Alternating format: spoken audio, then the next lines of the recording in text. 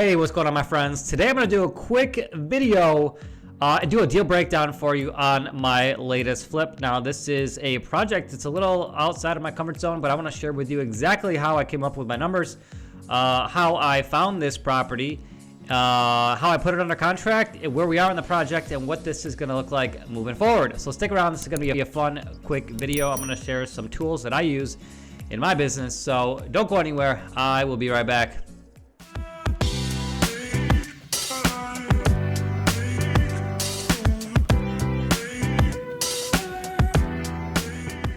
Hey, we are back at it. All right, guys. So today I'm going to start with lead gen. Now, I figured I'd give you guys some tips on preparing for a budget. I think one of the biggest mistakes that I've made getting started in real estate is, number one, the lack of consistency and the lack of planning. Now, if you guys are going to start marketing to sellers, you need to sit down and really look at your budget to figure out what you can afford for at least 12 months. So if you're going to do direct mail, you need to set a budget for 12 months and you need to stick to one thing until you master it. I see a lot of people out trying to do 10 different things at once. It doesn't work. You're going to spread yourself thin and you're going to spread your money thin. Your money's just not going to work for you. So I'm at the point in my career where I have a couple avenues where I spend my money. One of them I decided this past year was to invest on SEO. So we are on my website right now. This is one of the great things of joining a mastermind. The mastermind I'm in is called Ascend. I met someone who works with Carrot. So this is a Carrot website. And he has been doing my SEO for the past 7 months. Now we're ranking #1 in a lot of areas, a lot of keywords. So that lead came off of my SEO.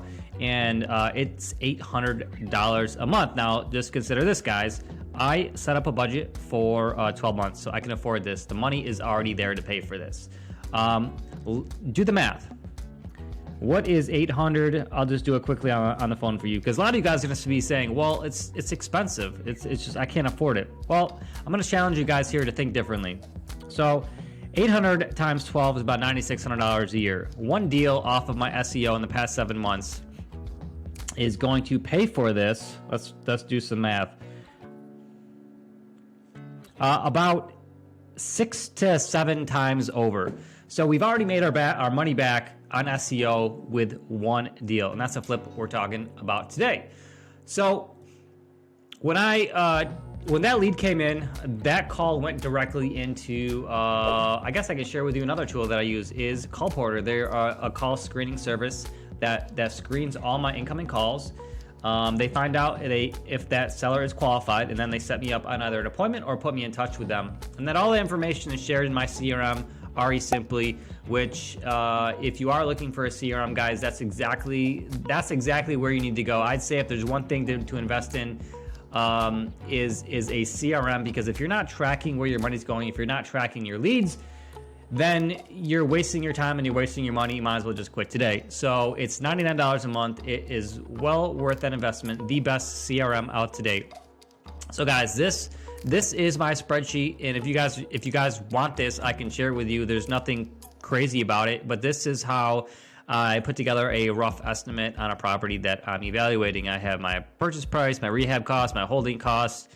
I have the labor cost down here for the rehab. I can adjust all these numbers with taxes and things like that. So I purchased this property for $21,755.34. The ARV, this is a conservative ARV of $168,000.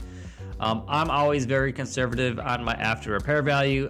Within this past year, there are properties that have sold, which would bring this price up higher. Now, again, I'm using more of a conservative approach on my ARV, and I'm taking the high side of an average for that neighborhood.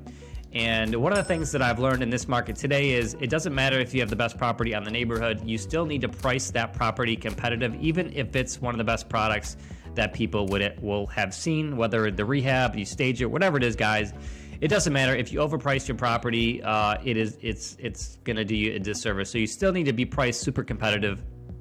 I'm expecting to probably push close to 200 on this, Lord willing. I really think based on some recent sales and the low inventory and the rehab on this property, we could push 200. But again, I'm using my conservative numbers. And just from experience, you guys, I just came down here and put together a rehab estimate based on my initial walkthrough. So my maximum budget allowed right here is $86,000. I'm going to try to do this for 70. And the reason why I'm doing that is because I might actually end up around 86 at the end of the day. There's a lot of unknowns for me on this project. The electrical, the insulation.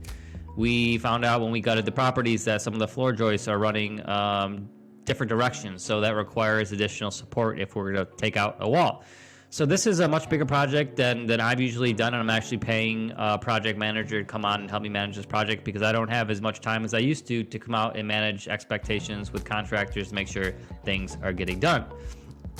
So a question you might be asking yourself as well, hey Brad, I'm new to real estate. How do I figure out rehab costs? Well, go online and find some properties on the MLS that are for sale, some distressed properties.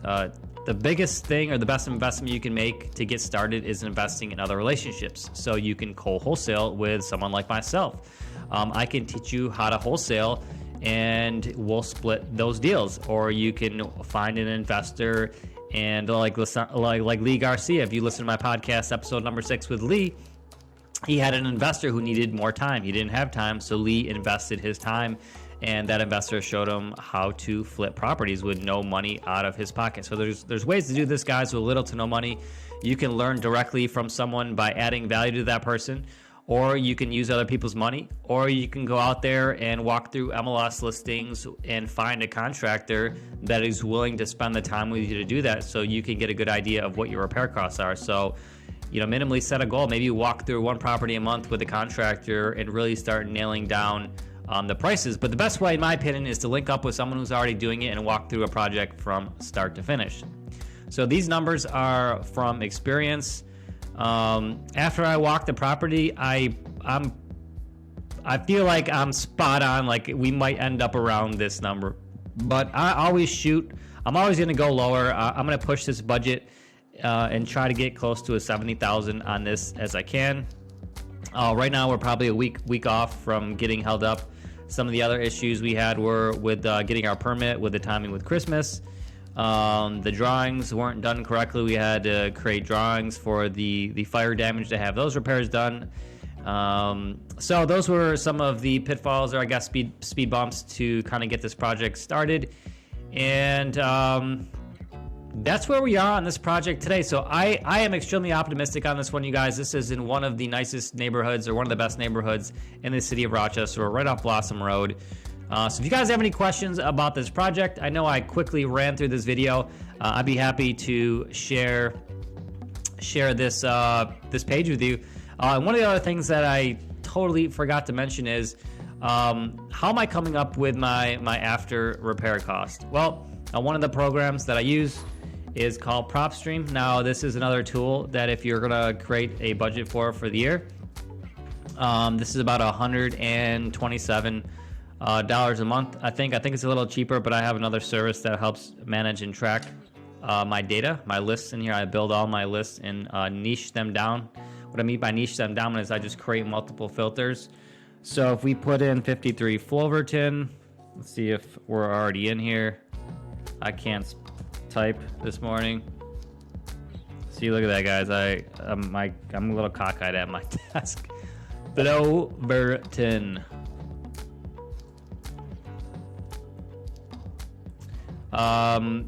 This tool does all sorts of awesome things. So you can see that the average sale price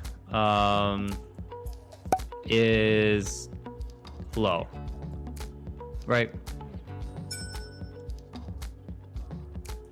But we can also see that there are some pretty high sales. So we have one for 185, one for 179. So I'm using the high average. So if I do a weighted average on the higher end, I'm about 168. Now, there is a property listed 2 streets over on, where are we here? Marion Street. Right now it's a 1,700 square foot home, listed for $240. It has no garage. We're about almost 1,500 square feet with a 2-car garage. So we'll see where that sale ends up. But what I do is I run my numbers. If I'm unsure or I'm not confident in what I'm coming up with, then I'll reach out to my listing agent and confirm. That's exactly what I did on this one. I went through my numbers.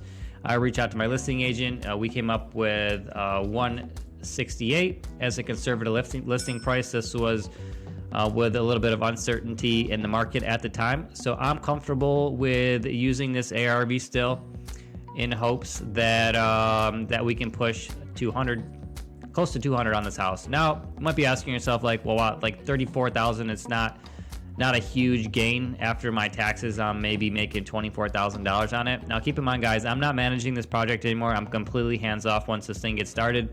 So I'd ask you the question, would you be okay with making $34,000 with doing nothing after the project gets started? I think it's a win-win. Now, that's if, these are all worst case scenarios. That's if we sell it for 168. That's if we hit our max budget of $86,000. So let's just experiment here. We'll use 76 as our final budget. And we'll go with, we won't even go to 200. We'll go to 189. I know conservatively, again, I'm always conservative. I'm going to keep saying that number, but there was a house right around the corner on Humboldt Street, similar square footage, went close to 180 on the sale recently. So then my profits go up to almost $66,000. So that's about where I think I'm going to land at the end of the day on this one. So keeping my fingers crossed. You guys have any questions? I know I just breezed through this really quickly. If you have any questions about how I come up with the repair costs, I can help walk you guys through that. If you want me to share this spreadsheet with you, just let me know. If you need a free trial of PropStream, I can send over a direct link for that. I have a free 7-day trial for that. Call Porter is a little bit expensive. I would suggest that you start screening your own calls and get familiar with the sales process yourself before you start hiring out people to do things. So I guess that's another quick tip, guys. Before you start looking to free up your own time, you need to master something. You need to master negotiating. You need to master talking to people on the phone before you decide to hire someone to take that job over. So that's my deal breakdown for you guys today. Reach out, let me know. You can get a hold of me at Flip for Freedom. I'd love some feedback. Check out the podcast at Flip Freedom Show. I'd love to get some more support there. Until next time, guys, I will talk to you later. See you.